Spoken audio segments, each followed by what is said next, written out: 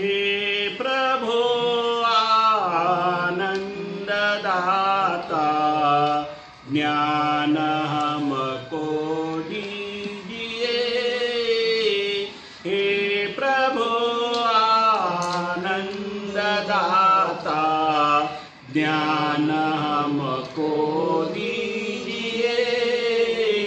लीजिए अपनी शरण में हम सदाचारी बने। लीजिए अपनी शरण में हम सदाचारी बने।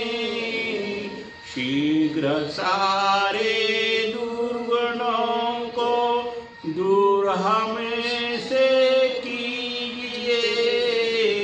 शीघ्र सारे दुर्गुणों को दूर हमें से कीजिए।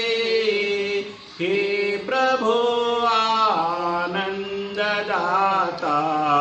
ज्ञान हमको दीजिए। लीजिए अपनी शरण में हम सदाचारी बने। ब्रह्मचारी धर्म रक्षक वीरव्रतधारी बने।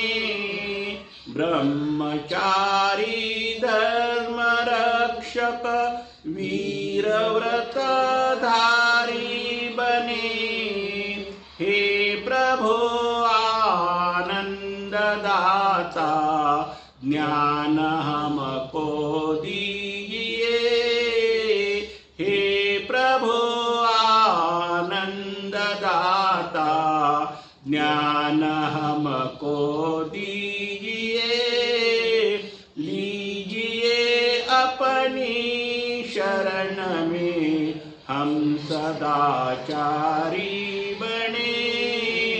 लीजिए अपनी शरण में हम सदाचारी बने। सर्वज्ञ श्री चक्रधर स्वामी की जय। श्री दत्तात्रेय महाराज की जय। दंडवत हो। मागच्या अवसरामध्ये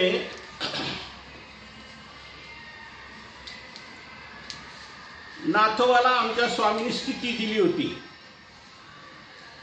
आणि त्या स्थितीत त्याचे काही कर्मनाश असतील, पूर्वजन्मीचे काही दुःख असतील, ते आमच्या स्वामींनी काय केले, अदृष्टपर नष्ट केले।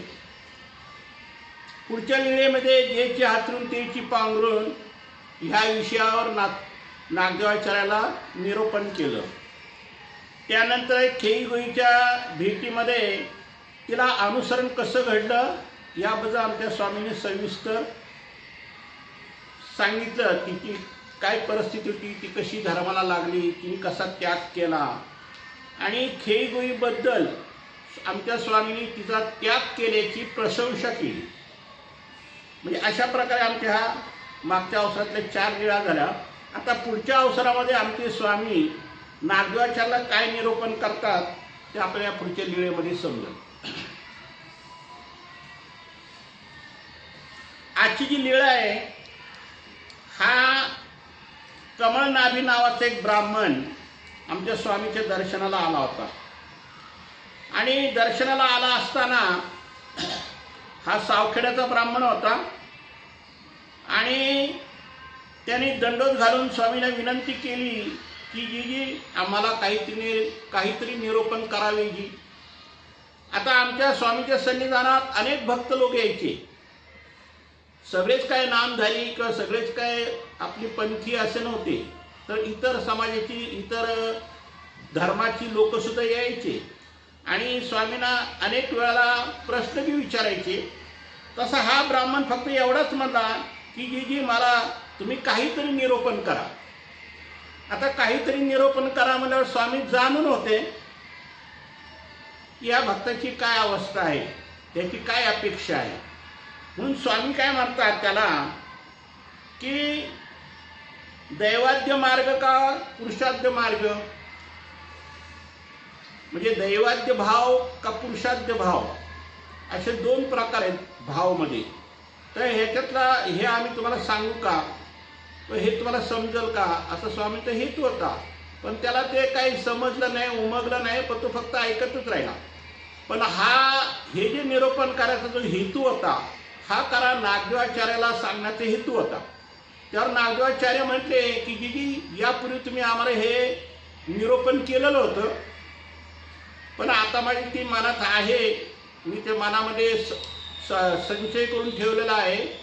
पण तरी स्वामी म्हणजे तुम्हाला परत ते ऐकावं लागेल, परत ते घोटावं लागेल, परत तुम्हाला ते हृदयामध्ये संचय करावं लागेल. म्हणजे स्वामीने आग्रह केले. ते कुठेतरी बाहेर व्यापाराला निघाले होते, पण स्वामीने त्यांना थांबून घेतलं. तर आता स्वामी काय म्हणतात पहा, दैवाद्य भाव निरूपण करू का पुरुषाद्य भाव निरूपण करू. म्हणजे पुरुषार्थ मार्ग अनंत असतात आणि दैवाद्य मार्ग केवळ एकच असतो. आणि बघा ना, आपल्या दृष्टीने बऱ्याच अशा गोष्टी दिसतात की आमच्या स्वामींनी एकच मार्ग स्वीकारलेला आहे. एकाच मार्गातून तुम्हाला देवधर्म ईश्वर प्राप्ती मिळवायची.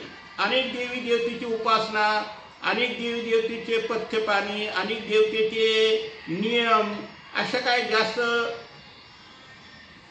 म्हणजे विस्तार असं काही जास्त इथं ठेवलेलं नाही. थोडक्यात सुटसुटीत असं आमच्या स्वामींनी मार्गदर्शन केलेलं आहे. कारण देवता धर्मामध्ये बरेच प्रकार आहेत. अनेक देवतांचे अनेक विधी मार्ग वेगवेगळे. पण आमच्या परमेश्वराने अनेक मार्गाने अनेक विधी काय सांगत बसले नाहीत. एकच मार्ग आणि एकाच मार्गात ज्या काही विधी असतील, जे काही नियम असतील तेच सांगितले. म्हणजे परमेश्वरी एक भक्ती आहे आणि देवता ह्या कशा अनेक भक्ती मार्गातून उभं राहिलेले, म्हणून त्याला पुरुषाद्य मार्ग. आणि त्याच्यामध्ये दुसरं वैशिष्ट्य असं आहे की त्यामध्ये काही ते अन्य राटीचे संत महात्मे साधू ह्या लोकांनी काही अनेक प्रकारचे नियम घातलेले आहेत. काही ब्राह्मण समाजांनी घातलेले आहेत, काही त्यावेळेचे विद्वान पंडित लोकांनी घातलेले आहेत. आणि त्यामुळे ह्या पुरुषाद्य मार्गामध्ये इतके काही जास्त प्रमाणामध्ये मार्गदर्शन असल्यामुळे त्यांच्या भक्ताची काय होते, अवहेलना होते. म्हणजे त्यांना कोणत्या मार्गाने जावं हे काही सुचत नाही. असं ह्याच्यात आमच्या स्वामींनी ह्या निरूपणात बरंच काही वर्णन केलेलं आहे आणि भक्तजनांना समजून सांगितलेलं आहे. तर आम्ही निरूपणास प्रारंभ करतात कमळदारी गोंधळले. बघा शेवटी तिथंच आलं की हे अन्यपंथी जी लोक असतात ह्यांना आपल्या स्वामीचं निरूपण हे समजण्याला थोडंसं वेळच लागतो, कठीण असतं.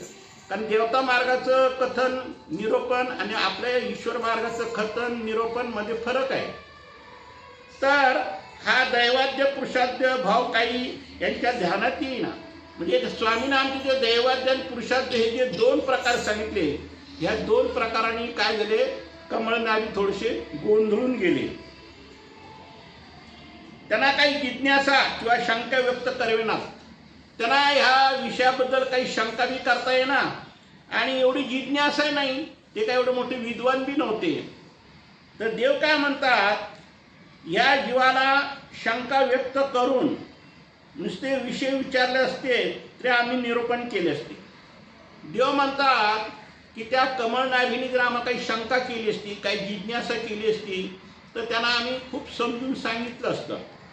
पण त्यांची तशी काही जिज्ञासा व्यक्त करण्याची किंवा शंका व्यक्त करण्याची त्यांची काही मनस्थिती नव्हती. कारण त्यांना तो विशेष समजला नाही. ज्या माणसाला विशेष समजतो तो काही ना काहीतरी शंका कुशंका काढतो. पण ह्या शंका कुशंका किंवा यांची जिज्ञासा नसल्यामुळे त्यांना काहीच बोलता आलं नाही. परंतु ते कमळनाभी जरी गोंधळून गेले तरी जगात दोन प्रकारच्या लोकांच्या ठिकाणी जिज्ञासा आणि शंका असते. आता आमचे स्वामी तर सविस्तर सांगतात बऱ्याच काही गोष्टी की या जगामध्ये दोन प्रकारची लोक आहेत शंका किंवा जिज्ञासा निर्माण करणारी. ते कोणती? एक तर त्याला पूर्ण ज्ञान पाहिजे, कोणत्याही विषयाचं असो. एक प्रकारचं जे ज्ञानाचे एक वहिवाट असते, ज्ञान ऐकण्याचं किंवा ज्ञान सांगण्याचा एक मार्ग असतो. ते त्यातलं परिपूर्ण थोडंसं ज्ञान तरी पाहिजे. नाही तर एकतर अजिबात ज्ञान नाही पाहिजे, म्हणजे अज्ञान पाहिजे. म्हणजे ज्ञानीय तरी शंका कुशंका करतो, नाही तर मग अज्ञान तरी शंका कुशंका करतो. कधी शंका जिज्ञासा निर्माण होत नाही. अर्थात मनुष्याच्या ठिकाणी परिपूर्ण ज्ञान असणे ते शक्यच नसतं. देवाने एवढे कबूल केले की ह्या जगामध्ये काय संपूर्ण ज्ञान असणार असं एकही जीव नाही. संपूर्ण ज्ञान जाणार फक्त एक परमेश्वरच आहे. देवतेला सुद्धा संपूर्ण ज्ञान नाही. तिच्या ठिकाणी बी परमेश्वराचं अपूर्ण ज्ञान आहे. अज्ञान म्हणण्यापेक्षा तिला अस्तित्व आहे फक्त, की आपल्यापेक्षा कोणतरी श्रेष्ठ आहे, कोणतरी श्रेष्ठ सामर्थ्य आहे, एवढंच आहे. पण जीवाला जेवढं ज्ञान मिळते एवढं देवतेला सुद्धा ज्ञान होत नाही. फक्त तिला अस्तित्व ज्ञान आहे. उलट त्यांना जितके जितके ज्ञान होत जाते तितक्या तितक्या जिज्ञासा वाढत जातात. याचा अर्थ असा की ज्याच्या ठिकाणी जिज्ञासा निर्माण होत नाही ते काहीच विचारत नाही. आता ज्याला खरी जिज्ञासा आहे तो काही ना काहीतरी शंका कुशंका काढत राहतो. पण ज्याला ती जिज्ञासा नाही, आवड नाही, इच्छा नाही विचारायचं, तो प्रश्न काय करणार? म्हणून जिज्ञासा लागते. ज्ञान घेताना सुद्धा माणसाच्या ठिकाणी जिज्ञासा पाहिजे, ऐकण्याची आवड पाहिजे, ते ग्रहण म्हणजे आपल्या विचारात घेण्याची आवड पाहिजे, त्याच्याबद्दल शंका कुशंका मांडण्याची आवड पाहिजे. ह्या सगळ्या गोष्टी जर असेल तर त्याला ज्ञान लवकर प्राप्त होतं. काही लोक असे आहेत, ज्ञान ऐकायचं म्हणून ऐकायचं, ह्या कानाने ऐकते ह्या कानाने सोडून द्यायचं, पण त्याचं रहस्य काय, त्याचं महत्त्व काय हे काही जाणून घेत नाहीत, समजून घेत नाही. हे असं नको. तर आमचे स्वामी काय म्हणतात, जिज्ञासा पाहिजे, ऐकण्याची जिज्ञासा पाहिजे. म्हणजे एक प्रकारची त्याला आवड पाहिजे, ज्ञान घेण्याची आवड पाहिजे. मग देव काय म्हणतात, ज्याला सांगितलेलं समजत नाही तो पशुवत अज्ञानीच म्हणावा लागेल. कारण ज्याला एखाद्याला आपण किती चांगलं ज्ञान निरूपण करा, काही करा, पण त्याला ते ग्रहण करण्याची किंवा त्याला ते समजून घेण्याची त्याच्या ठिकाणी ती जिज्ञासाच नाही. म्हणजे त्याला 2 हात 2 पाय 2 डोळे सगळं असून तो कसा आहे, पशुवत आहे. पशुला जसं काही सांगितलं तरी समजत नाही, तसं अज्ञानाला काही सांगितलं तरी समजत नाही. म्हणजे तो पशुवतच आहे. जो काही विचारत नाही आणि सांगितलेलं ज्याला काही समजत नाही तो पशुवत अज्ञानी समजावा. याला प्रश्नच करता येत नाही, विचारता येत नाही, आणि जे स्वामी निरूपण करतात ते त्याला कळत नाही, म्हणजे हा पशुवत आहे. म्हणजे कमलनाथीची अशी अवस्था झाली की त्याला काय स्वामी सांगतात हे जे 2 मार्ग सांगितले, दैवाद्य मार्ग आणि पुरुषाद्य मार्ग, हे त्याला समजलंच नाही. म्हणजे एक प्रकारे मनुष्य रूपासून तो पशुवतच झाला. मनुष्य रूपात गावात राहणारे एक प्रकारचे ग्राम पशुच म्हणायचं. आपण म्हणतो ना एखाद्याला व्यक्तीला, जर तो माणसासारखा नाही वेगळा तर आपण त्याला काय म्हणतो, पशुवत आहे. म्हणजे पशुत मुख्य प्राण्यात आणि ह्याच्यात काहीच फरक नाही. फक्त एवढंच आहे, हा ग्राम पशु. ग्राम पशु म्हणजे गावात राहणारा पशु, आणि जे अरण्यात राहणारे पशु ते 4 पायाचे ते वेगळेच. हे जसे 2 प्रकारचे पशु आहेत तसे ज्ञान न समजणारे हे असे पशुवत असतात. आणि फक्त एवढंच फरक आहे त्यांच्या देहाकार आणि वास्तव्यात फक्त फरक आहे. म्हणजे त्या पशुपक्ष्याचा देहाकार वेगळा आहे, मनुष्याचा देहाकार वेगळा आहे. आणि दुसरी गोष्ट वास्तव्य, माणसाचं वास्तव्य वेगळं आहे, पशुपक्ष्याचं वास्तव्य वेगळं. पण अवस्था कशी झाली त्यांची, अज्ञान असल्यामुळे पशुसारखीच अवस्था आहे. म्हणजे त्यांना समजतच नाही काही, एवढाच फरक. बाकी सगळे वर्तन पशुवत असते. आम्हाला निरूपणाची प्रवृत्ती झाली. नागदेवाच्याला या विषयावर पूर्वी आम्ही निरूपण केलेलेच होते. देव म्हणतात आम्हाला निरूपण करायची प्रवृत्ती झाली. आता बऱ्याच गोष्टी परमेश्वराच्या प्रवृत्तीने बी चालतात. सृष्टी संहार करायचा असतं तर परमेश्वराला प्रवृत्ती झाली तर ती माया जाणते आणि लगेच ती सृष्टीचा संहार करते. रचनेच्या काळी बी परमेश्वराला जर प्रवृत्ती असली तर माया सृष्टीची रचना करते. म्हणजे परमेश्वराच्या प्रवृत्तीवर हे सगळं चाललेलं आहे. हे कोणाच्या हाताने किंवा कोणाच्या वैयक्तिक मताने किंवा देवतेच्या मताने किंवा पंचमहाभूताच्या मताने दुसऱ्या कोणाच्याही मताने चाललेलं नाही. हे परमेश्वराच्या प्रवृत्तीने चालले सगळं कार्य. तसं आमच्या स्वामींना प्रवृत्ती झाली निरूपण करण्याची. त्यामुळे काही कामानिमित्त बाहेर चाललेला होता. इतर भक्त देखील व्यापार करण्यासाठी निघून गेले होते. आणि कमळनाभी तर बसलेच होते. आता हे निरूपण करायची प्रवृत्ती तर झाली. त्या प्रवृत्तीत कमळनाभीला काही समजत बी नव्हतं. इतर भक्तीजन व्यापारासाठी बाहेर पडले, नागदेवाचार्य निघाले. पण स्वामींना जर प्रवृत्ती होती सांगायची म्हणल्यावर स्वामींनी नागदेवाचार्याला काय केलं, थांबून घेतलं. देव काय म्हणतात, बाहेर जाणाऱ्या नागदेवाचार्याला थांबवलं. आम्ही म्हणालो वानरी थांब, एवढे निरूपण ऐकून मग जा. स्वामीची प्रवृत्ती काय होती की नागदेवाचार्याने हे ऐकावं, म्हणून नागदेवाचार्याला आग्रह करून थांबवलं आणि नागदेवाचार्याला हे निरूपण करायला सुरुवात केली. आणि कमळनाभी हा आपला खोंब्यासारखा निवांत बसलेला होता. जी या विषयावरील निरूपण मी ऐकलेले आहे आणि घोकून साठवून ठेवलेले बी आहे. आता स्वामीच्या वेळेला कसं होतं, जे भक्तिजन जे काही बोधवंत ज्ञानी असतील, नागदेवाचार्यासारखे, माहीम भट्टासारखे, हे जे काही निरूपण ऐकायचे ते निरूपण काय करायचे, घोकायचे. म्हणजे स्वामीने आपल्याला काय निरूपण केले हे स्वतः परत घोकायचे. आणि ती घोकणपट्टी निस्ती करायची नाही, तर ते आपल्या मनामध्ये साठवायची. कारण त्याचा आपला प्रत्येक उठता बसता त्याचा आपल्याला उपयोग करून घेता आला पाहिजे. आता सुद्धा मार्गात पद्धत अशीच आहे. ज्यावेळेला आम्ही मार्गामध्ये असताना घोक घेतो, ज्ञानियाकडनं, बोधवांकडनं, मंत विद्वान साधू संतांकडून ज्यावेळी आम्ही घोक अभ्यास घेतो, त्यावेळेला आम्हाला ते झाडाखाली जाऊन मनन करावं लागतं. आणि ते ज्यावेळी मनन पूर्ण होईल त्यावेळेलाच मग आम्ही मठात किंवा मार्गात येऊन मग बाकीचं काय असेल गोष्टी ते आपले करतो. परंतु घोकणपट्टी आणि मनन केल्याशिवाय शास्त्र अवगत नाही.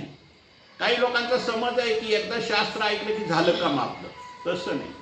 शास्त्राची घोकणपट्टी कसं करावं, मनन कसं करावं, ते मनात कसं साठवावं हे आमच्या स्वामींनी नागदेवाचार्याला पुढच्या निरूपणात सगळं सांगितलेले.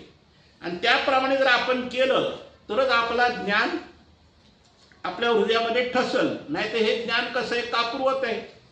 आता तुम्ही ऐकलं तर क्षणार्धात परत विसरून जातात. 10 वेळा जरी ऐकलं तरी ते तुमच्या स्मृतीमध्ये कधीच राहू शकत नाही. का तर तुम्ही त्याचं चिंतनच करत नाही.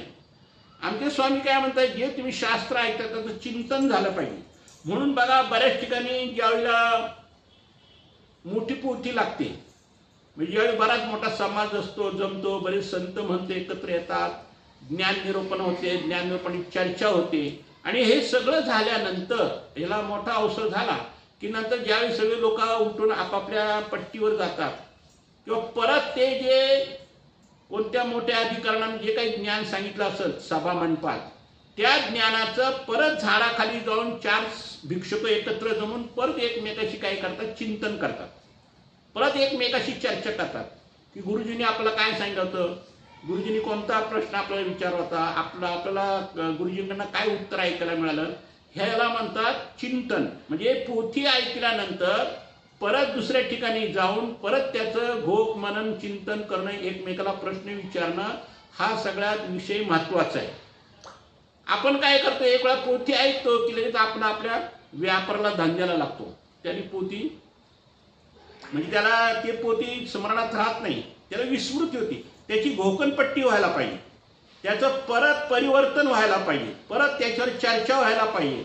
आणि असं ज्या वेळेला घडेल त्यावेळेला ते परमेश्वराचं ज्ञान चिंतन जे का असेल ते आपल्या हृदयावर ठसलं जाते. वानऱ्या तू म्हणतोस ते खरे आहे, पण तू महात्मा आहेस ना, मग महात्म्याने दुप्पट पथ्य घ्यावे.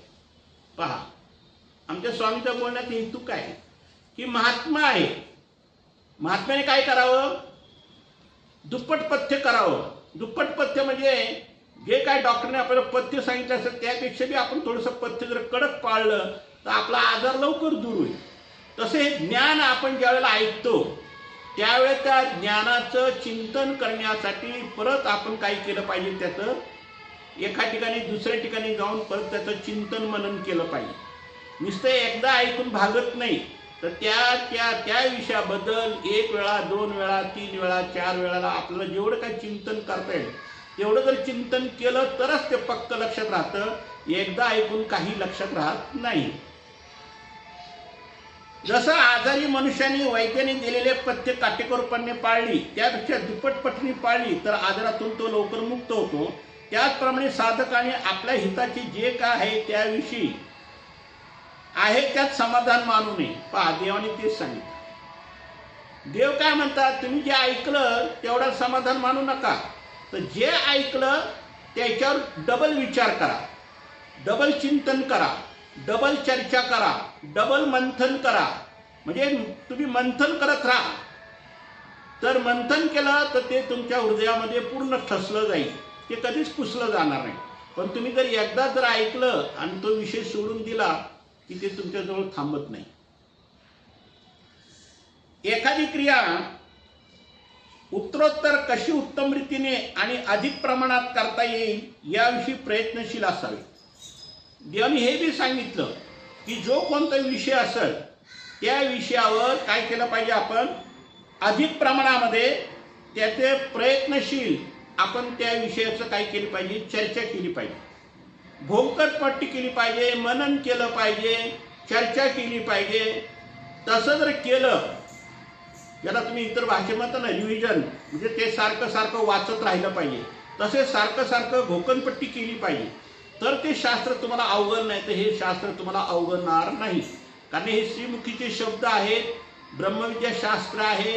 हे इतर शास्त्रासारखं नाही की एकदा ऐकलं की झालं, मोकळा झाला तो, तसं नाही.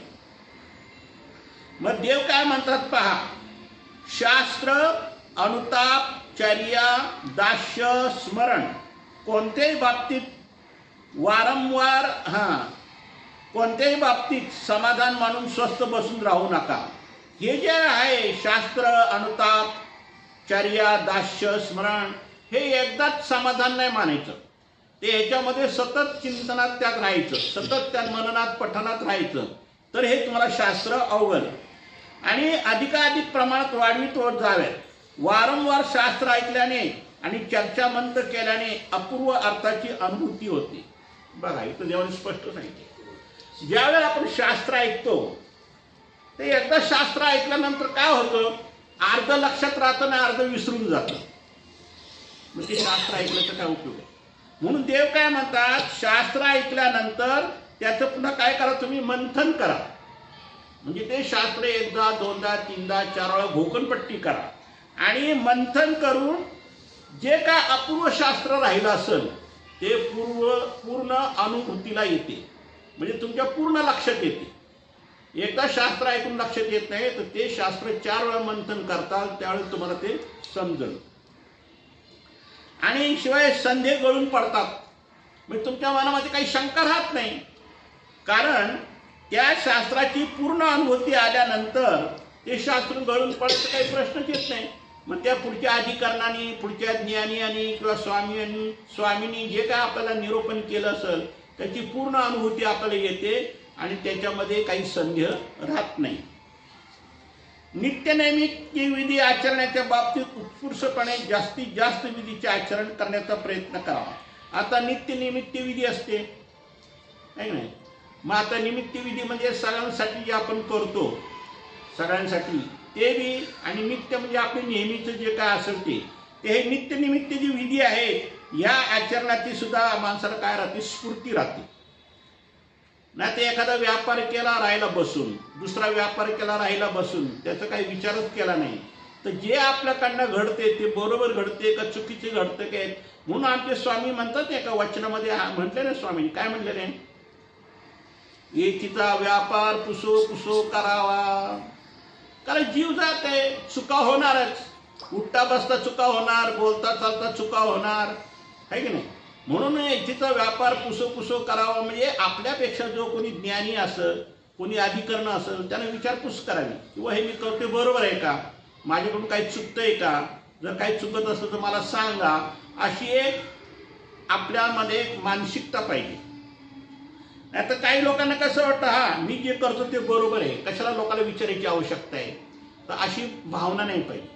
म्हणून तिथं व्यापार पुसो पुसो करावं, म्हणजे आपल्याकडनं कळत न कळत चुका होऊ शकतात, आणि जर आपण पुढील ज्ञानीला जर विचारपूस केली तर त्या आपल्या चुकीची सुधारणा होऊ शकते.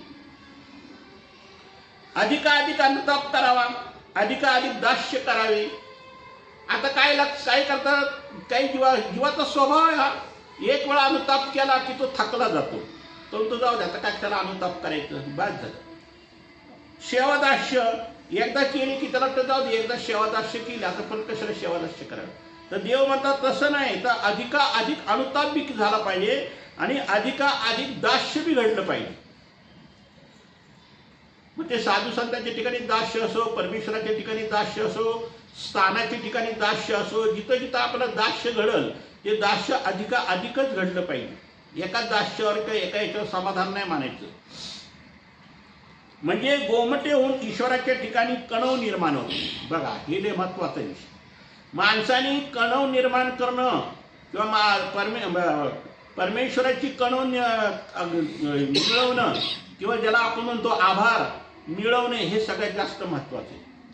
कणव काय आपोआप होत नाही.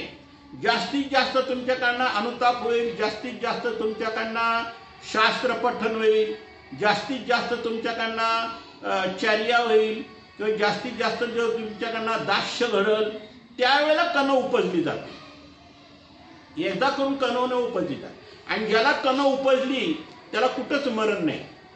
तो कोणत्याही जन्मात जरी गेला, चतुर्विधात जरी पडला तरी ती योग माया त्याला त्याच्यातून बाहेर काढत राहते. का? त्यांनी कणव जोडली. आता ह्याचंच घ्या ना, डांगरेशाचं घ्या, सश्याचं घ्या. अनेक पशु पक्ष्यांना दुःखातून देवाने बाहेर काढले, अनेक भक्तांना सुद्धा दुःखातून बाहेर काढले. हे कशामुळे? कणवेमुळं. म्हणून परमेश्वराची कणव मिळवणे, परमेश्वराचं आभार जोडणे, परमेश्वराचं प्रेम जोडणे ह्याच्यासारखा भाग्यवान कोणच नाही. का? तर त्याच्या अनेक जन्मातले दुःख कमी कमी होत जातात. कारण एका जन्मात तर काही मोक्ष मिळत नाही. मोक्ष मिळण्यासाठी मी बरेच जन्म घ्यावे लागतात. मग आता हे आपण जर असं काही समजा, जसं आपण नाही का म्हणतो, आपण जर एखाद्यावर उपकार केले तर तो उपकाराची फेड आपली कुठं ना कुठतरी करतोच. तुला जाणीव असती, नाही होय हा माझ्या वेळाप्रसंगाला उपयोगी पडला, तर ह्याच्या वेळाप्रसंगाला आपण मी त्याला मदत करायला पाहिजे. तसं परमेश्वराची जर तुम्ही कणव जोडली, परमेश्वराचे आभार जोडले, तर तुम्ही ज्या कर्मफळामध्ये असाल त्या कर्मफळातून तुम्हाला ते योग माया काय करते? सहाय्य करते. आपल्या परमेश्वराच्या कृपादृष्टीने हे सगळं कार्य चाललेलं आहे. तर अनेक असे भक्त आहेत तर अनेक पशुपक्षी योनीतून सुद्धा त्या जीवाला सोडवलेलं आहे. म्हणजे दुप्पट सेवादास्य किंवा दुप्पट शास्त्र कथन ज्या काही देवाने सांगितलेले आहेत, आपल्याला आचार केला तर त्याला काय होते? कणव निर्माण होते. स्मरण तर जितके अधिक प्रमाणात केले तितक्या अधिक प्रमाणात परमेश्वरा हृदय साठला जातो. आता स्मरणाचं मी सांगितलं देवा, तुम्ही जेवढं जास्तीत जास्त स्मरण करताल तेवढं परमेश्वर तुमच्या हृदय साठला जातो. कारण ते सात्विक आहे ना, स्मरण म्हणजे सात्विक आहे आणि परमेश्वरात त्या जीवाबद्दल आवड आहे. म्हणून जास्तीत जास्त स्मरण घडलं पाहिजे. कळलं का? म्हणून जितक्या अधिक परमेश्वर उदय करतो. म्हणून हे सर्व देहभान विसरून जेवढं अधिक प्रमाणात करता येईल तेवढे करा. म्हणजे आपलं देहभान विसरून, म्हणजे पहाटे असो, रात्री असो, उठताना असो, झोपताना असो, आपण व्यापाराला जातो, घरातली काही कामं करतो, त्यावेळी सतत चिंतन पाहिजे आपलं परमेश्वराबद्दल. आपण इतर लोकांचं चिंतन करतो, संसारातल्या अनेक गोष्टीचं चिंतन करतो. त्यापेक्षा परमेश्वराचं चिंतन केलं तर परमेश्वर त्याच्यावर काय होतं? संतुष्ट होतात. अर्थात असे करीत असताना दोष माथी पडणार नाही. आणि एखादा समजा तुमच्याकडनं काही दोष घडणार असेल तर तो दोष सुद्धा टाळला जातो स्मरणामुळं, चिंतनामुळं. निरंतर लक्ष ठेवावे, नाहीतर झटकन विधी करताना अविधी संचरणात धोकाही असतो. विधी अविधी प्रसवे ते आहे ना वचन. म्हणजे विधी करता विधी स्प्रे, म्हणजे एखादं विधी करताना अविधी होते. म्हणून जर विधी करत राहिलं तर विधी स्फुरते. तुम्ही अविधी केली तर तुम्हाला अविधी स्फुरणार. म्हणून अविधी न होता, आपल्या हातून अविधी न होता विधी कसं होईल हे बघायचं. म्हणून एक तिथं व्यापार पुसो का सांगितलं की तुमच्याकडनं विधी करताना अविधी बी घडू शकते. मग ती अविधी घडू नये. आणि विधी घडत राहिली की ऑटोमॅटिक पुढचं जे कार्य तुम्ही विधीमध्येच मोडतो, मग त्याला अविधी घडत नाही. पण तो जर समजा विधी करून परत निष्काळी झाला तर मग त्याला अविधीचा धोका आहे. म्हणून ही अविधी घडू नये म्हणून शक्यतो विधीवर राहायचं. पण तेच काय आत्ताच केले होते, पुन्हा कशाला करायचे, असे प्रत्येक क्रियाविषयी विचार करून दुर्लक्ष करत राहाल तर हळूहळू मलिनता येते. बघा देवाने काय विधी करता विधीच पुरे आणि अविधी परिहारी. म्हणजे विधी करताना विधीतच पुरणार पण अविधीचा परिहार होतो. पण ह्याच्यामध्ये जर समजा विधी करत असताना जर तुम्ही समजा असा जर विचार केला की जाऊ दे, एकदा आपण दास्य झाले, एकदा शास्त्र पठन झालंय, एकदा अमकं केलं, एकदा तमकं केलं, मग आता परत कशाला करायचं, म्हणून काही लोक काय करतात त्याच्याकडे दुर्लक्ष करतात आणि मग ते हळूहळू दुर्लक्ष करता करता हळूहळू काय होते, मलिनता येते. आणि नुसतं मलिनता येत तर हृदय काठिण्य निर्माण होते, म्हणजे त्याचं हृदय कठोर होतं. आणि हृदय कठोर झाल्यामुळे तृप्तीची भावना न बाळगता प्रत्येक विधीविषयी अतृप्तीची भावना जागरूक ठेवावी.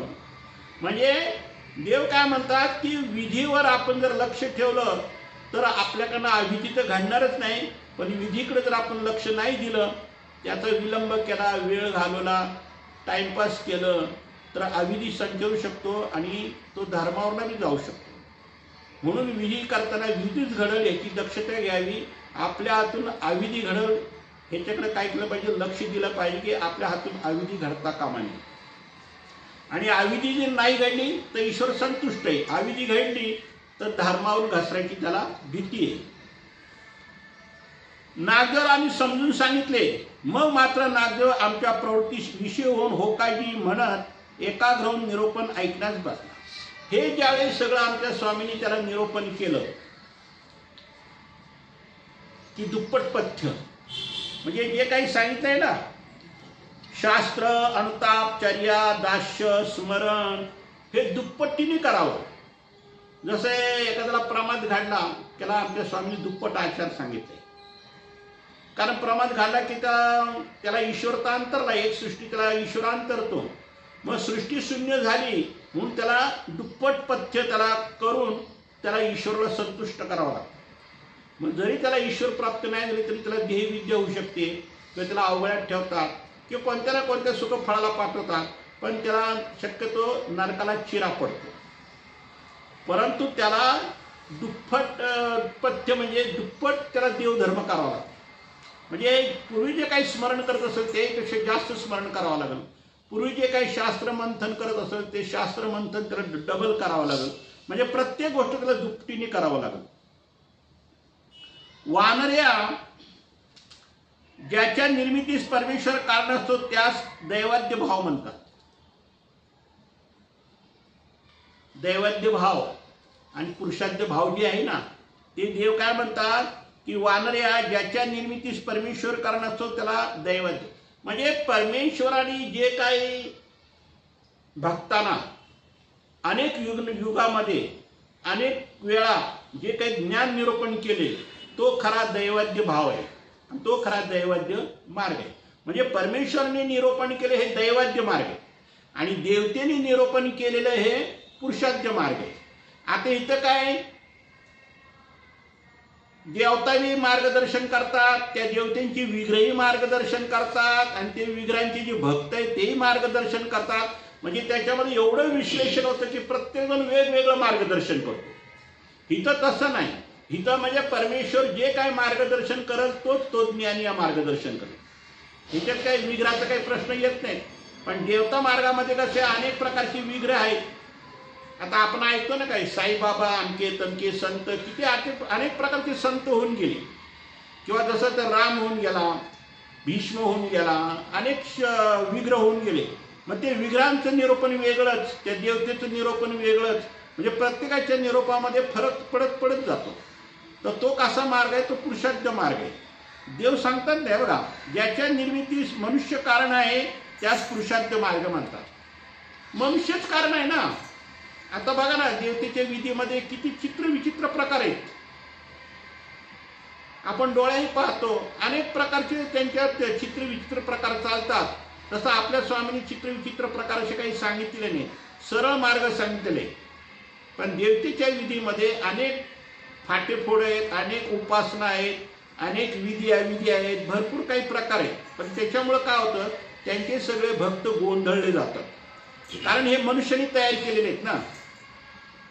ज्याच्या निर्मितीत मनुष्य कारण आहे त्यास पुरुषार्थ मार्ग म्हणतात. अर्थात भाव म्हणजे श्रद्धा, त्यामुळे मनुष्याच्या श्रद्धेनुसार निर्माण झालेले उपासना मार्ग अनंत आहे. मग आता ज्याचा जसा जसा भाव आहे तसे तसे ते काय केले, त्याने मार्ग शोधले, तसे तसे ते उपासना सुरू झाली. आता कोण म्हणतं नाही का मला शुक्रवारचा उपास, कोण म्हणतं मला गुरुवारचा उपास, कोण म्हणतं मला शनिवारचा उपास, हनुमानवाले म्हणतात शनिवारचा उपास, शंकराचा भक्त म्हणतो मला सोमवारचा उपास. म्हणजे किती फांडगाड्या फुटल्या. म्हणजे जेवढे देव तेवढे ज्ञान आणि तेवढे त्याचे आचरण. म्हणजे त्याच्यामुळं काय होतं की हा देवतेचा भक्त गोंधळला जातो. त्याला असं वाटतं कोणाची भक्ती करावी, कोणाचं ऐकावं. परमेश्वराने निर्माण केलेले दैवत्य मार्ग एकच आहे. आमच्या परमेश्वराने एकच मार्ग असा दाखवला आहे की जो अटन विजन, भिक्षा, भोजन, स्मरण, निद्रा, प्रसाद, सेवा हे ज्या काही गोष्टी हा सरळ मार्ग आहे.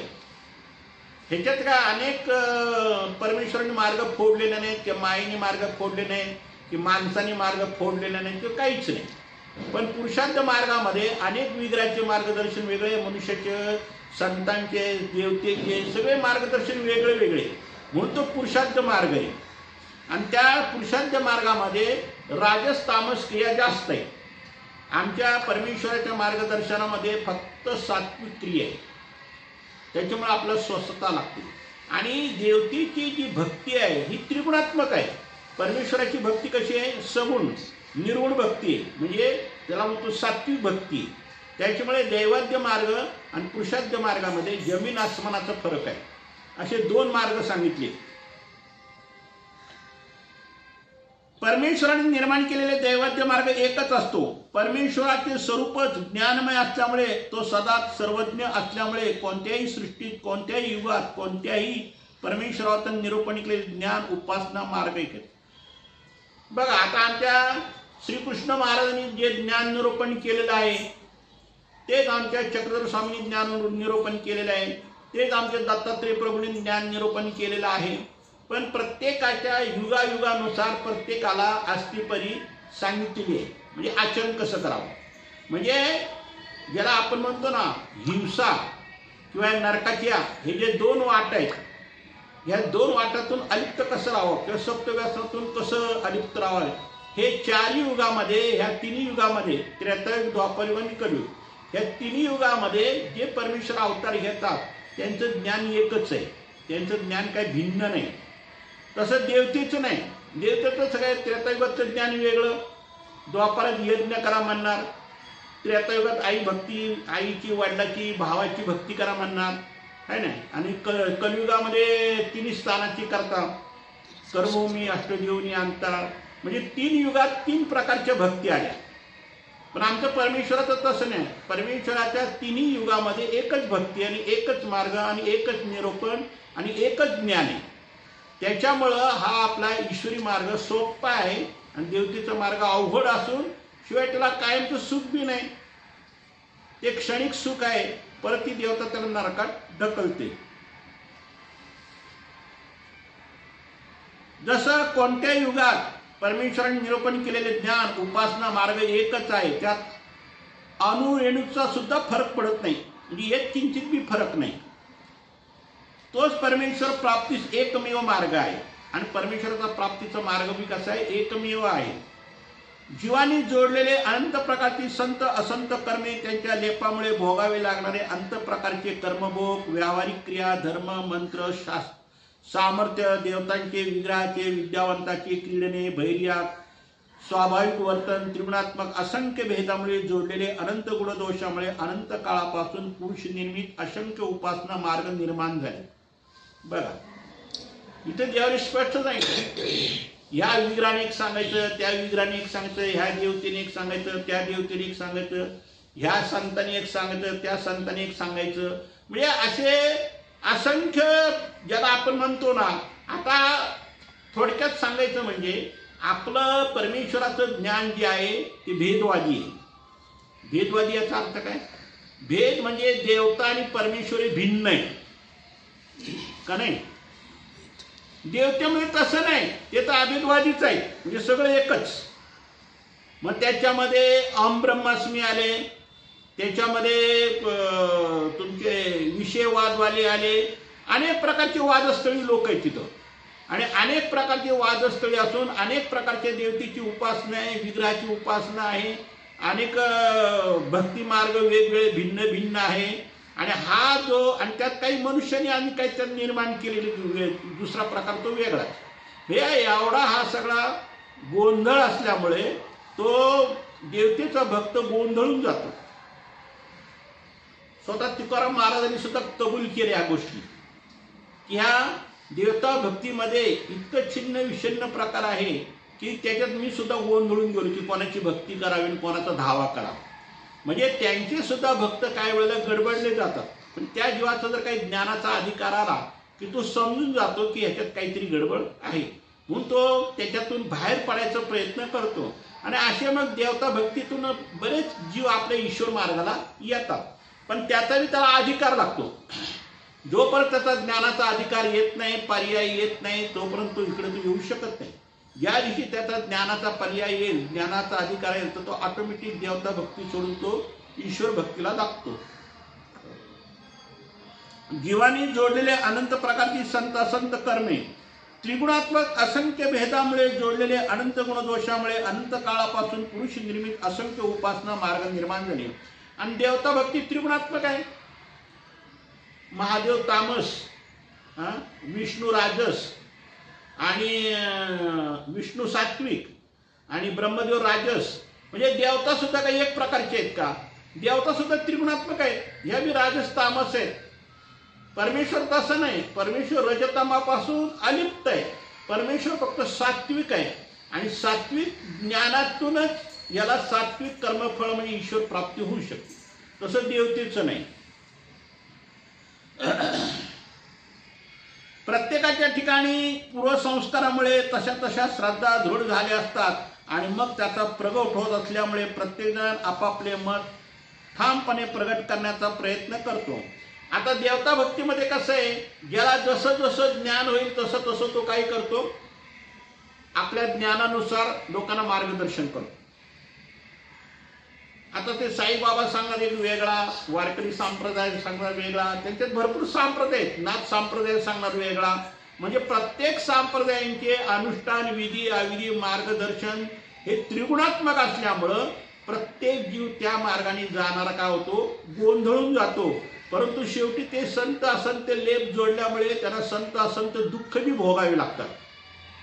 कारण देवता विधीमध्ये जर काही चूक झाली तर ती देवता लगेच त्याला नरकात ढकलते. तसं परमेश्वर नाही. परमेश्वर काय करतात, त्या जीवाला दुप्पट आचार करायला लावून त्याला दुःखातून बाहेर काढायचा प्रयत्न करतात. पण देवता म्हणत नाही दुप्पट आचार कर, काय कर, तू याला घासरला ना, जा खाली जा, कायमचा वर येऊच नको.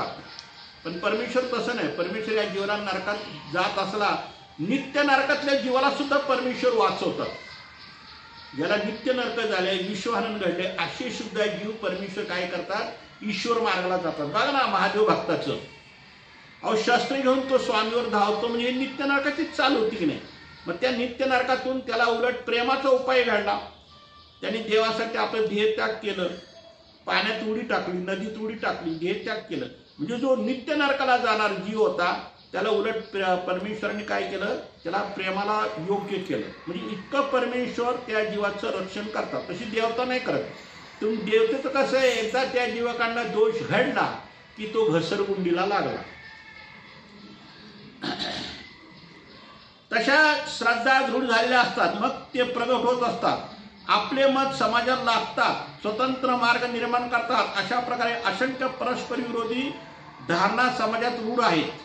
आता बघा, जो तो संत होतो, जो तो आपापल्या पद्धतीने मार्गदर्शन करतो, आपापल्याप्रमाणे विधीप्रमाणे चाला म्हणतो आणि आपल्या इच्छेनुसार त्या लोकांना, आपल्या शिष्य लोकांना, आपल्या परिवार लोकांना मार्गदर्शन करतो आणि आपल्याच पद्धतीने तो त्यांना सांगतो की तुम्हाला मोक्ष मिळेल, तुम्हाला परमेश्वर भेटेल, तुम्हाला अमक होईल. मुळात ह्यालाच माहिती नाही तर तो दुसऱ्याला काय सांगणार. म्हणजे अशी ही देवता भक्तीमध्ये गोंधळ आहे. त्याचा स्वतंत्र मार्ग निर्माण होतो. अशा प्रकारे असंख्य परस्पर विरोधी धारणा समाजात रूढ झालेली आहे. असे धर्मपंडित नंतर धर्मनेते बनून समाजातील जास्तीत जास्त लोकांना आपल्या कळपात भरणा करण्याचा प्रयत्न करतात. मग आता हे संप्रदाय आपण बघतो ना, नाथ संप्रदाय म्हणतात आमची एवढी लोकसंख्या आहे, वारकरी संप्रदाय म्हणतात आमची एवढी लोकसंख्या आहे. अनेक प्रकारचे हे पंथ धर्म खूप प्रकारचे आहेत. मग जे ते आपल्या धर्मामध्ये आपल्या पंथामध्ये ओढायचा प्रयत्न करतात. परमेश्वराचा मार्ग एकच आणि एकच पंथ आहे, तो सनातनी पंथ आहे. तो आता काही नवीन धर्म तयार झाले नाही, तो युगानुयुगी एकच. म्हणजे युगानुयुगी ज्ञानी तेच, युगानुयुगी धर्मही तोच, युगानुयुगी आचार विचारही तेच. सगळे जे काय आहे ते एकच आहे, याच्यात काही फरक पडत नाही. जितके जास्त लोकांना कळविण्यात यशस्वी होतं त्याचं मतप्रणाली अधिक श्रेष्ठ असे समीकरण समाजात होते. मग आता कोणाचा समाज जास्त मोठा आहे? तो वारकरी समाज जास्त मोठा आहे. त्याच्या खालोखाल नाथ संप्रदाय, त्याच्या खालोखाल इतर संप्रदाय. म्हणजे ह्या संप्रदायात सुद्धा काय म्हणतात चढाओढ आहे. तसं आमच्या ईश्वर मार्गाच्या शास्त्रामध्ये चढाओढीचा काही प्रश्न येतच नाही. काही एकच शास्त्र, एकच ज्ञान, एकच गुरु, एकच सगळं आहे. त्याच्यामुळे इथं काय भेदभाव होत नाही. त्यानंतर जितके जास्त लोकांना कळण्यात यशस्वी ते प्रणालीशील श्रेष्ठ असतात. हाकणाऱ्याप्रमाणे चालत राहतात. तत्वाशी निक्षांशी काही देणे घेणे नसते. त्यांना कुठेतरी थोडीफार मनशांतीची गरज असते. मग आता अशी काही लोक आहेत की मनशांतीसाठी कुठं बालाजीला जातात, मनशांतीसाठी कुठं पंढरपूरला जातात, कोणी कन्याकुमारीला जातं, कोणी शिर्डीला जातं. कारण त्याला विलाज नसतो, कारण त्याला जसं मार्गदर्शन मिळालं तसं तो जाणार. मग ज्याला जिथं श्रद्धा बसेल तिथं तो तिकडं जातो मनशांतीसाठी.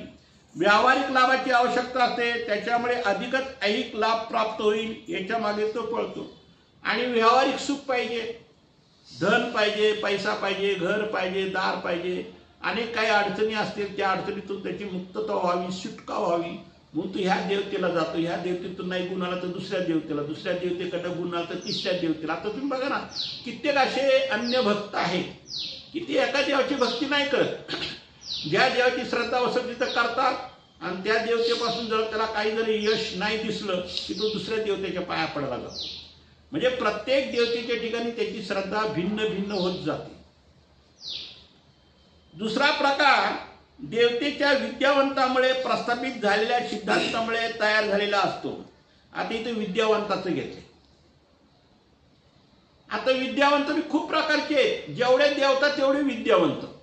मग ज्याला जिथं ब्रह्मांडास्थ प्रकाशलेली दिसते तिथंच तो मग्न होतो. जसं ते पृथ्वीगामध्ये नाही का आत्मोपास्ती, त्याचा सलग नाही, तो दिव्याच्या ज्योतीसारखा दिसतो, तो तिथंच आकर्षित होतो. तो त्याचंच तो चिंतन मनन करतो, भक्ती करतो. आत्मोपास्ती हा धर्म पृथ्वीगात सांगितलंय ना. मग तो त्या आत्मोपास्तीचीच उपासना करतो. तसं इथं देव काय म्हणतात, विद्यावंताची तीच अवस्था आहे. प्रस्थापित झालेल्या सिद्धांतामुळे तयार झालेला असतो. विद्यावंताला त्याच्या आराध्य देवतेची प्रतिमेची पिंडस्थीच्या ठिकाणी प्रकाश असतो.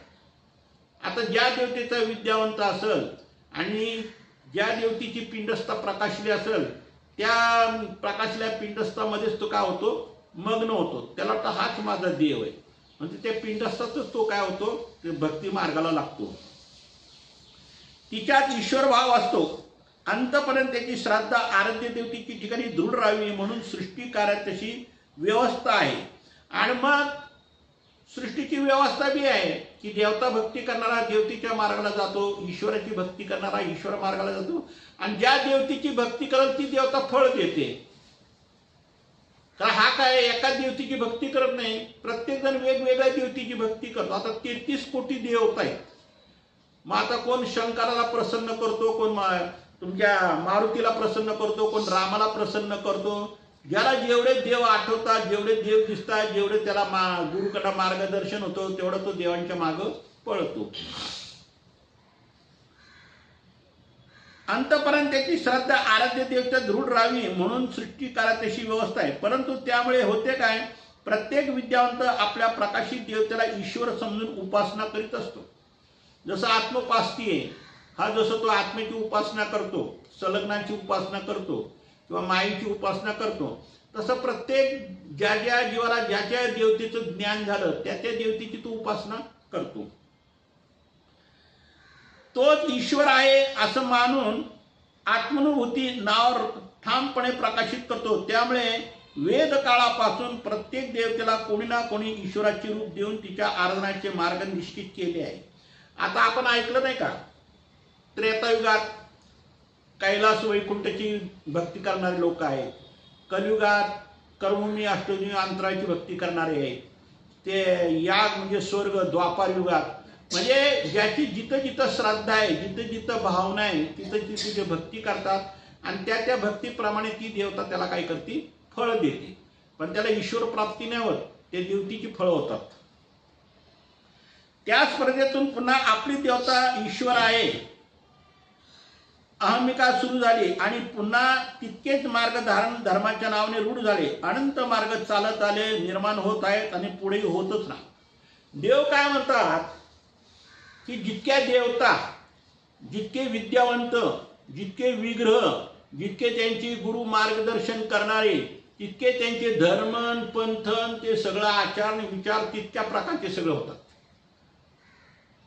जसं आपण म्हणतो ना, एक ना धड बहाराभर चिंध्या, तसं ह्या जीवांची अवस्था आहे की अनेक देवी देवतीच्या पाठीमागं पळून शेवटी आणि त्रिगुणात्मक भक्ती, त्याच्यामुळे त्यांना काही सुख शांती मिळूच शकत नाही.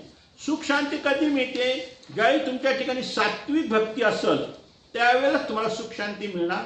जोपर्यंत तुमच्या ठिकाणी त्रिगुणात्मक भक्ती आहे तोपर्यंत तुम्हाला कधी सुख मिळणार नाही. ईश्वरी ब्रह्मविद्या शास्त्राचे तसे नाही. आता देव काय सांगतात पहा. आता हे आतापर्यंत देवतेचे सांगितलं पुरुषार्थ मार्ग. आता दैवाद्य मार्ग म्हणजे ईश्वराचा मार्ग कसा असतो ते आता आमचे स्वामी सांगतात. प्रत्येक परमेश्वर अवतार प्रत्येक वेळी एकच प्रकारचे ज्ञान सांगतो.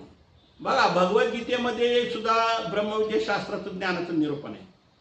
आमच्या श्री दत्तात्रेय प्रभूंनी सुद्धा ब्रह्मविद्या शास्त्राचं निरूपण केलेले. आमच्या श्री चक्रपाणी अवतारांनी ब्रह्मविद्या शास्त्राचं निरूपण केले. आमचे रुद्रपूरचे परमेश्वरपूरचे श्री प्रभू बाबा गोविंद प्रभूंनी सुद्धा ब्रह्मविद्या शास्त्राचं नाव, आणि आमच्याही स्वामींनी म्हणजे चक्रधर स्वामींनी सुद्धा ब्रह्मविद्या शास्त्राचंच निरूपण. ह्याच्यात का अनेक प्रकारचे निरूपण काही वेगवेगळे नाही, पण त्या युगानुसार त्या काळानुसार ज्ञान सांगण्याची जी पद्धत आहे ती वेगवेगळ्या पद्धतीने सांगते. पण ज्ञान एकच, सांगण्याची हातोटी जरी भिन्न असली तरी शेवटी आचार्य एकच आहे. अस्तिपरी सांगण्याचे प्रकार वेगळे. कारण आता श्रीकृष्ण महाराज काय म्हणतात की दुष्टांचा नाश करा, दुष्टांना मारा, तर धर्माचं रक्षण, नाही तर धर्माचं रक्षण होणार नाही. आणि आमचे काही स्वामी सांगतात की मुंगी रांड न व्हावी, म्हणजे आपल्या पायाखाली मुंगी सुद्धा मारता कामा नये, एवढा आपला अहिंसाचा त्याग सांगतात. आणि तिथे धडधडीत दुष्ट लोकांचा नाश करा. म्हणजे ह्या अस्तिपरीत फरक पडला, परंतु ज्ञान निरूपण जे सांगण्याची जी पद्धत आहे ती परमेश्वराची एकच आहे. कोणत्याही परमेश्वर अवतार हो, कोणत्याही युगात हो, पण ज्ञान हे एकच राहणार. ब्रह्मविद्या शास्त्राशिवाय दुसरं काही ज्ञान नाही. ब्रह्मविद्या शास्त्र म्हणजे काय? ब्रह्मविद्या शास्त्र म्हणजे ईश्वराची भक्ती भिन्न आहे आणि देवतेची भक्ती भिन्न आहे. या दोन्ही भक्तीची भिन्नता आहे हे आपल्याला ब्रह्मविद्या शास्त्रातच फक्त ऐकायला मिळेल, बाकी इतर कोणत्याही शास्त्रात ऐकायला मिळणार नाही. म्हणून आपल्या स्वामींचे एक सूत्र आहे ना, सकळी शास्त्र या शास्त्राशी मिळते. म्हणजे 4 वेद शास्त्र 18 पुराण जे काय असेल ते. परंतु हे शास्त्र कावनाही न मिळे, म्हणजे आम्ही जे काय सांगितलेले ब्रह्मविद्या शास्त्र आहे हे तुम्हाला इतर कोणीही शास्त्रात ऐकायलाही मिळणार नाही, बघायलाही मिळणार नाही, आणि ते तुम्हाला कोणी सांगू बी शकणार नाही. तर ते नाहीच तर सांगणार काय? ते त्यांच्याकडे जेवढं ज्ञान आहे तेवढे सांगणार. 4 वेदवाले 4 वेदापर्यंतच सांगणार आहे की ना. 18 पुराण ग्रंथ आहेत, ते 18 पुराणात ते ग्रंथ तेच सांगणार. आता हे नाही का महादाईसा पुराण ऐकायची आणि आमच्या स्वामींकडून प्रश्न विचारायचे, मग स्वामीकडे योग्य ते उत्तर द्यायचे. मग तिची श्रद्धा वाढली की खरं आपले स्वामी सांगतात आणि हे देवता ग्रंथात ते जे काही पुराणात जे काही आम्ही गोष्टी ऐकतो ह्याच्यात तर खूप जमीन आसमानाचा फरक आहे. मग आपला ईश्वर मार्ग आपल्या स्वामीपासूनच आपल्याला मिळणार. या पुराण ऐकून आपल्याला काही ईश्वर मार्ग भेटणार नाही. ही तिला जेव्हा खात्री झाली तेव्हा ती आपल्या स्वामींजवळ ती अनुसरली. म्हणजे कोणताही जीव हा देवता भक्ती मार्गातूनच ईश्वर भक्तीला येतो, एकदम काही ईश्वर मार्गाला येऊ शकत नाही.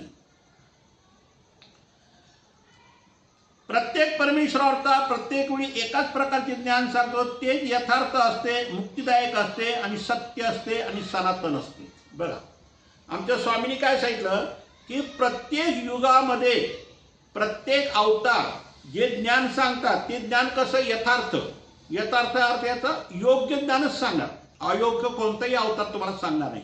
आणि शिवाय मुक्तिदायक म्हणजे नरकाची वाट चुकून तुम्हाला ईश्वर मार्गाला घेऊन जाणारच तो तुम्हाला मार्ग सांगणार. आणि तिसरं म्हणजे सत्य. हे आपलं ब्रह्मविद्या शास्त्र हे सत्य आहे, देवतेचा मार्ग हा असत्य आहे. कारण आता देवतेच्या भक्तीमध्ये एक साधा विषय घेण्यासारखा आहे. या हनुमानाला लोक काय म्हणतात, चिरंजीव तर आहेच तो, त्यात काही शंका नाही. परंतु त्याचं शरीर जे आहे ते वज्राचं शरीर म्हणतात. आणि त्यांच्या शास्त्रात परत काय सांगतात की त्यांनी छाती फाडून राम सीता दाखवली. मग एकाच शास्त्रामध्ये दोन भेद आले की नाही. वज्राचं शरीर मानावं तर छाती फाडू शकत नाही, आणि छाती फाडून जर राम सीता दाखवतो हे शरीर वज्राचं नव्हतं. म्हणजे ह्या ज्याला म्हणतात ना की पुराणामध्ये इतकं भेसळ आहे की त्यात खरं काय आणि खोटं काय हे काही समजत नाही. कारण हे जे काही लोकांनी ग्रंथ रचना केली किंवा ज्यांनी काय जे असतील पूर्वीची कोणी ज्ञानी लोक त्यांचे, ह्या लोकांनी सगळं काय केलंय, भेसळ केलेलं आहे की जेणेकरून पुढच्या माणसाला कसे काय पटवापट्टी करायचं एवढं तरी काम केलं. पण आमचे देव का म्हणतात की ब्रह्मविद्या शास्त्र यथार्थ आहे, मुक्तिदायक आहे, सत्य आहे आणि शिवाय सनातन. सनातनचा अर्थ काय होतो येईल का सांग. सनातन म्हणजे युगानुयुग. जे त्रेतायुगात ज्ञान सांगितलं तेच द्वापर युगात सांगितलं, जे द्वापर युगात सांगितलं तेच कलियुगात सांगितलं.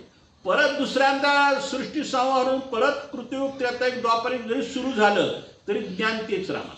ज्ञानात काही फरक पडणार नाही. अवतार अनंत होती, कारण मुळात परमेश्वरच एक आहे ना. परमेश्वर एक असून अनंत आहे. मग तो अनंत अवतारामध्ये अनंत वेळा ज्ञान देतो, पण त्या ज्ञानात किंचित सुद्धा फरक पडणार नाही. सत्य असणार, यथार्थ असणार, मुक्तिदायक असणार आणि सनातन ज्ञान हे एकच असतं. याचा भेदाभेद होणार नाही. देवतेच्या ज्ञानात भेदाभेद हजारो लाखो प्रकारचे आहेत, पण ईश्वर मार्गात तसला काही प्रकार नाही.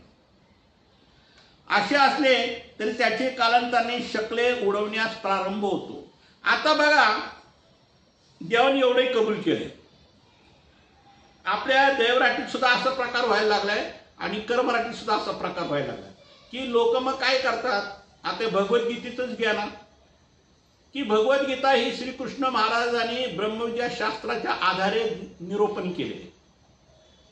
पण हे पंडित लोकांनी काय केले, पांडित्याने काय केलं, त्याच्यामध्ये जो भेदवाद जो शास्त्र आहे भगवद्गीता त्याला अभेदवाद करून टाकला एकदम. कोणी त्याचा विषादवाद करून टाकला, कोणी त्याचा तो अहम ब्रह्मास्मी वाद करून टाकला. म्हणजे एकाच गीतेत एकाच ब्रह्मविद्या शास्त्रात त्यांनी काय केले, त्याची शकले केली. म्हणजे काय केले, तुकडे केले. म्हणजे ज्या विद्वानांना जे पटल जे रुचल ते तो आपल्या परिवाराला सांगत गेला. म्हणजे गीता ही सत्य आहे, पण त्या सत्य गीतेचं विश्लेषण वेगवेगळ्या पद्धतीने केलं लोकांनी. अहो, त्या श्रीकृष्ण महाराजला कोणी देवताही म्हणतं, कोणी श्रीकृष्ण महाराजला जीवात्मा म्हणतो, कोणी श्रीकृष्ण महाराज महादेवाचा अवतार म्हणतात, कोणी मग रामाचा अवतार म्हणतात, कोणी तो विष्णूचा अवतार म्हणतात. म्हणजे ब्रह्मविद्या शास्त्र एवढं श्रीकृष्ण महाराजांनी सखोल सांगून सुद्धा विश्वरूप दर्शनामध्ये सर्व देवतेंची रूपा त्यांनी स्वतःच्या ह्याच्यात दाखवले. तर मग त्याच्यामध्ये शंकराचा अवतार म्हणायचा काय संबंध येतो. अहो, ह्याच्यात रूपामध्येच हे सगळ्या अवतारांची सामर्थ्य आहे. पण सगळ्या देवतेचे सामर्थ्य ईश्वरामध्ये आहे, पण ईश्वराचं सामर्थ्य इतर देवतेमध्ये नाही. एवढे विश्वरूप दर्शनामध्ये अर्जुनाला सिद्ध करून दिलं, तरी लोक काय करतात की या श्रीकृष्ण अवताराला देवतेचा अवतार समजून देवता भक्ती मार्गाला लावतात आणि मनुष्य अवतार मी समजतात. म्हणजे ही अशी अज्ञान भक्ती होती. म्हणजे याच्यात काय झालं की ब्रह्मविद्या शास्त्राची सुद्धा लोकांनी शकले पाडली, म्हणजे तुकडे केले त्याचे. ते कसे केले सांगतात पहा देव. कालांतराने शकले उडण्यास प्रारंभ होतो. देवराटीच्या जीवांनीही अनेक प्रकारचे अधिकारी जोडलेले असतात. त्यानुसार त्यांना ज्ञानाचा उमट असतो. शिवाय पूर्वप्रमादातील संस्कारी येतात, अभिमान अहंकार उफळून येतात. मग एकमेव ब्रह्मविद्या शास्त्रात फाटे फुटण्यास सुरुवात होते. ब्रह्मविद्या शास्त्रात ती फाटे फोडणारी लोक आहेत. स्वतःचं काहीतरी वैयक्तिक ज्ञान सांगणार आहेत, कारण त्याला आता अभ्यास झाला ना, मग तो स्वतःचं वैयक्तिक काहीतरी सांगत बसतो. तर ते फाटे फोडणं हे योग्य नाही असं फक्त आपल्या परमेश्वराला सांगणं. ब्रह्मविद्या असा तर फाटे फोडण्यास सुरुवात झाली. आपल्या मताप्रमाणे प्रत्येकजण विशिष्ट सिद्धांत उचलून धरतो, आपापले मत प्रस्थापित करतो. त्याच्या प्रतिष्ठानेसाठी शोक्ती, शास्त्रोक्ती, लोकोक्ती अवलंबन असतो. शोक्तीपर बोलतात, लोकोक्ती लोकांनी सांगितलेलं सांगून बोलतात, काही स्वतःच्या मनाने बोलतात. म्हणजे असे प्रकारची सुद्धा लोक आपल्या ब्रह्मविद्या शास्त्रामध्ये सुद्धा आहेत. त्यांच्या प्रतिष्ठानेसाठी तर एक द्वितीय यथार्थ ईश्वरी ज्ञानात अनेक मतमतांतरे, अनंत व्याख्या, भेद जन्माला येतात. मग प्रत्येक जण अनंत व्याख्या वेगवेगळे करतात, वेगवेगळे भेद करतात. ते हे आमच्या स्वामीला सुद्धा मान्य नाही. पण आता जीवाच्या स्वभावाला कोण काय करू. मूळ सिद्धांताचं लेप पाहून परमेश्वराची भक्ती करण्याच्या प्रत्येकाच्या मनाप्रमाणे वेगवेगळे मार्ग तयार करतात. परमेश्वराचा जो मूळ सिद्धांत आहे हा शोधला पाहिजे. काही असे आहेत की मूळ न शोधता आपापल्या मताप्रमाणे आपापले सिद्धांत, आपापले विषय मांडून आपापला मोठेपणा दाखवतात. हे योग्य नाही. त्यामुळे श्रीकृष्ण चक्रवर्तींनी निरोप लिहिले, गीता ज्ञानाचे आज तसंच झाले. हे ब्रह्मविद्या शास्त्र त्यांना गीता येईल. मग ह्या ब्रह्मविद्या गीता शास्त्रामध्ये जर लोकांनी असं थोतांड मानलंय की लोकमान्य टिळकांनी एक विचार मांडलेत, स्वामी विवेकानंदांनी एक विचार मांडलेत, आपले पंथीय विचार योग्य आहेत, जे स्वामी सत्य सांगितलेलं शास्त्र आहे. पण या सत्य सांगितलेल्या शास्त्रामध्ये सुद्धा असत्याचा उदय खूप झालेला आहे. आता हे अभ्यास करणाऱ्याला समजते, जे अभ्यास करत नाही त्याला तेच. आता ते बघा काय काय भगवद्गीता बाजारामध्ये विकल्या जातात, त्याच्यामध्ये हिडिंगला काय असतं, खरी भगवद्गीता. आता तो खरी भगवद्गीता म्हणणाऱ्याला जर खरं ज्ञान असेल तर तो म्हणता येईल ना. त्याला जर ज्ञान नाही खरं तर तो लेबल खरी गीता म्हणून लावतो. खरी गीता कोणाला म्हणताय की ज्याला ब्रह्मविद्या शास्त्राचं ज्ञान आहे, ज्याला ब्रह्मविद्या शास्त्राचा अभ्यास आहे, तोच खरी गीता काय ते सांगत. पण या बाकीच्याने इतर खरी गीता सांगता येत नाही. त्यामुळे सिद्धांत मानून प्रत्येकाने कितीतरी आपापले मार्ग उभे केले. लोक आचरित बी असतील. भावरूप क्रिया तर माणसाने स्वतःच निर्माण केलेले नवीन उपासना पद्धती आहे. त्यामुळे भावाने परमेश्वर प्राप्त होतं असे कोणत्याही परमेश्वराने कधीच सांगितलेले नाही. नुसतं भाव धरला म्हणजे परमेश्वर भेटतो असं नाही. कारण भाव, भक्ती किंवा तुमचं हे श्राद्ध, हे ज्या गोष्टी आहेत ह्या सगळ्या मनुष्याने केल्यात. उपासना, आता आठवड्याचे 8 दिवस लोक उपवास करतात. कुठं परमेश्वराने उपवास सांगितलंय?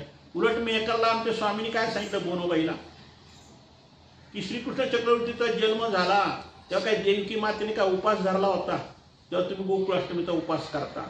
म्हणजे अज्ञानपणच आहे की नाही. म्हणजे बोनोबाईचं अज्ञानपण आमच्या स्वामींनी सिद्ध करून दिलं की हे असे अज्ञानपणामुळं हे जीव अधोगतीला जातो.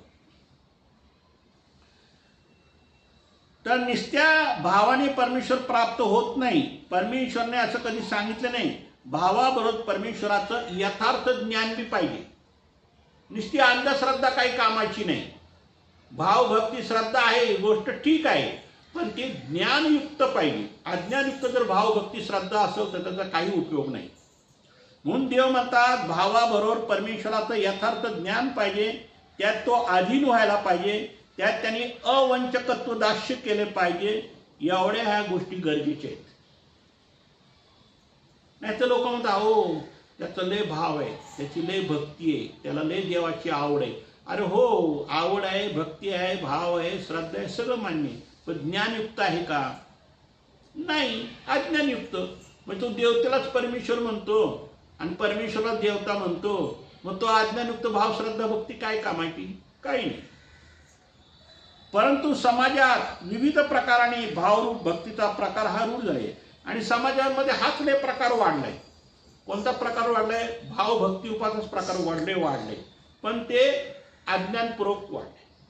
आता थोडक्यात तुम्हाला उदाहरण देतो. सालबर्डीची मुक्ताबाई होती. तिला काही यथार्थ परमेश्वराचं ज्ञान नव्हतं, तिला काही ब्रह्मविद्याशास्त्राचा अभ्यास नव्हतो. फक्त एक भक्ती, एक भक्ती म्हणजे या जगात कुठंतरी एक परमेश्वर आहे, पण त्याचं नाव गाव माहिती आहे तिला. पण तो परमेश्वर मला भेटावा, तो परमेश्वर मला कुठं दिसावा, त्या परमेश्वराच्या ठिकाणी मला, हा तिचा पूर्वसंस्कार, पूर्व प्रमादातला तिचा काहीतरी अधिकार कणव काहीतरी जोडलं असत. एवढी ती जंगलात रानात, ती तर पहिली नाथपंथीच होती म्हणा, पण एवढी ती जंगलात रानात, एवढं तिचे अस्वलासारखी केस वाढलेली अशी तिच्या अवस्थेत तिला फक्त एकच डोळ्यापुढे दिसत होते की माझा परमेश्वर कुठंतरी आहे आणि तो मला कधी ना कधीतरी भेटल, या अपेक्षेने ती त्या सालबर्डीच्या डोंगरामध्ये राहत होती. आणि ज्यावेळेला आमचे स्वामी मौन्य अवस्थेमध्ये तिथे गेले आणि ज्यावेळेला तिला स्वामीचं दर्शन झालं, तिला इतका हर्षवायू झाला, इतका आनंद झाला की माझा महादेव आला, माझा महादेव आला, माझा महादेव. महादेव म्हणजे शंकरला महादेव नाही म्हटलं, महादेव म्हणजे माझा मोठा देव आला. जी काय तिची परमेश्वराची भक्ती होती, ती परमेश्वराची भक्ती तिच्या ठिकाणी उफाळून आहे.